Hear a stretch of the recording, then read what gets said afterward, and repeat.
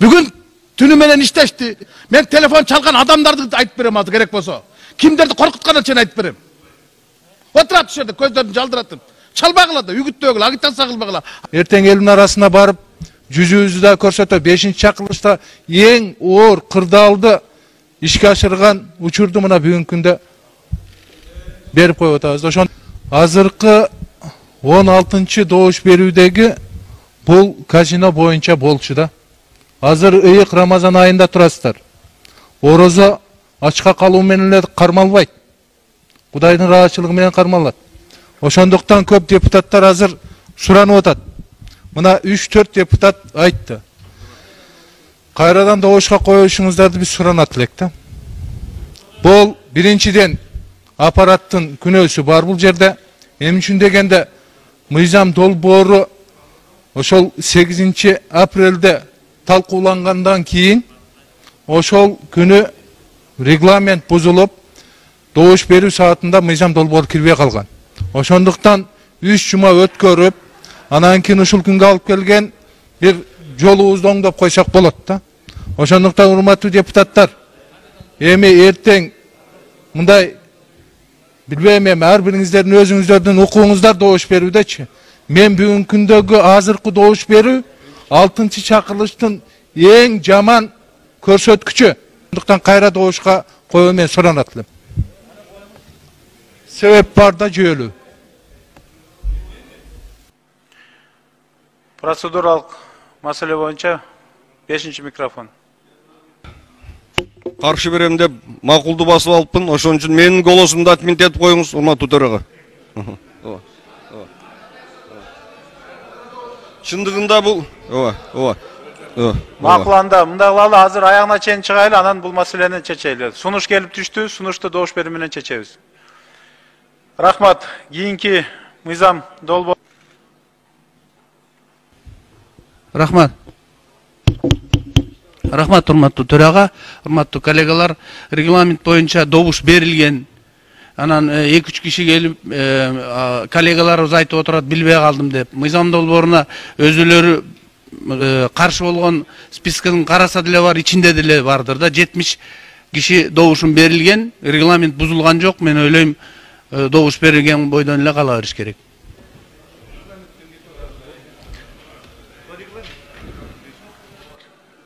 Алтынчы микрофон.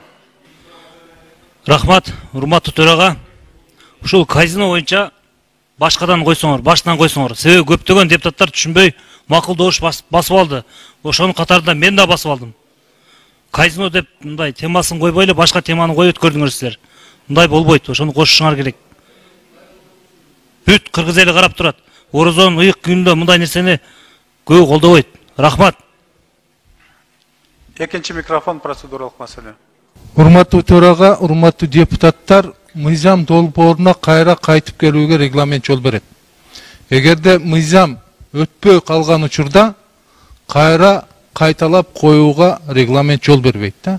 Бул өтүп кеткен мыйзам, ошондуктан кайра добушка коюуга мыйзам жол берип аткандан кийин өзүңүздөрдүн оюңуздарды так көрсөтүп коюңуздар болду. Биз сураныч, бир 5-6 депутат чыгып айтып калды. Мен кээ бир депутаттарды сүйлөгөн сөзү менен баягы берген добушуна карап туруп, кармаган орозосуна карап туруп, жүзүн карап туруп таң калып атам да. Ошондуктан бир мүмкүнчүлүк берип коелучу.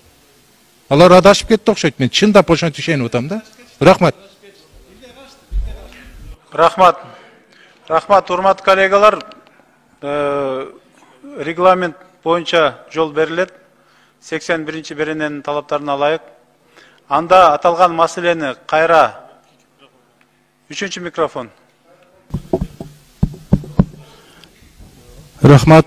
Саламатсыздарбы, урматтуу депутаттар, саламатсызбы, урматтуу Талантур Маматович.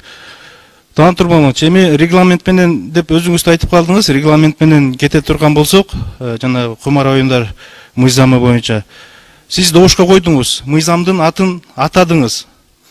68 депутат колдоп берди, 23-ü каршы чыкты. Мыйзам биринчи окуудан өттү. Эми аны кайра алып келип мыйзамды кайра добушка кое турган болсоңуз, биринчиден процедура бузулат. Эгерде ошондой жолго барабыз деп, биз мындай бүгүнкү Ороз айында макул деп мындай өзүбүз регламенттен башка чечим чыгара турган болсок, анда сиз тийиштүү комитетке жөнөтүңүз. Бул спорный маселе болуп калды. Ошол жерден такталсын анда бул. Кандай добуш берилди, канча голос менен өттү. Анан жогоруда чыккан депутаттар мен макул база болуп турмун, каршынын ордуна деп айтканы, ал стенограмма үчүн эле айтылды. Бирок ал компьютерден добуш берилдиби, ошол мыйзамдуу болуп саналат негизи. Ошол мыйзамдуу, регламентте, мыйзамда так жазылган. Сен макул же каршы бер деген эле турат кнопкалар. Сен ошого макул бердиңби? Демек ал ошо менен эсептелет. А стенограммага чыгып айтканы бул өзүнүн аброю үчүн айтып койду. Ошону эле сиз эске алып коесуз. Анын өздөрүнүн тарыхы үчүн. Регламентте ал эсептелди. Кандай берсе ошентип эсептелди. Урматтуу төрага. Ошондуктан кайрадан сиз эгерде мыйзамды добушка коем десеңиз, анда сиз билбейм регламентти бузган болосуз. Өткөн мыйзам өттү. Дагы экинчи окуу турат, үчүнчү окуу турат, ошондо ойлорун билгизсин. Бул мыйзамдуу жол ошол. Рахмат. Сизге рахмат. Калыс алпаратас, сиз мыйзамды дагы, ыйманды дагы барктаган адамсыз, өзүңүз намаз окуйсуз. Ушул жерге келгенде сиздин принципиалдуу турганыңыз мага аябай жагып атат. Эми урматтуу кесиптештер, баш мыйзамды биз 2 күндө кабыл алганбыз. 3 окууда. Ошол регламентте бар беле? Жок болчу да. Берге келгенде эле принцип болуп калабыз да, анан ыйык Рамазан айында ушул мыйзамды кабыл албай эле койсок болот эле го, башка күнгө жылдырсак болот эле го. Бунун 2 гана жолу бар. Же алкыш аласың айрым адамдардан, же калың элден каргыш аласың, башка жок. Эми кайрылып келейик деп Төрөбай Зулпукарович айтып атат. Канча жол кайрылып келдик биз? Канча мыйзамдарды өткөрдүк эле?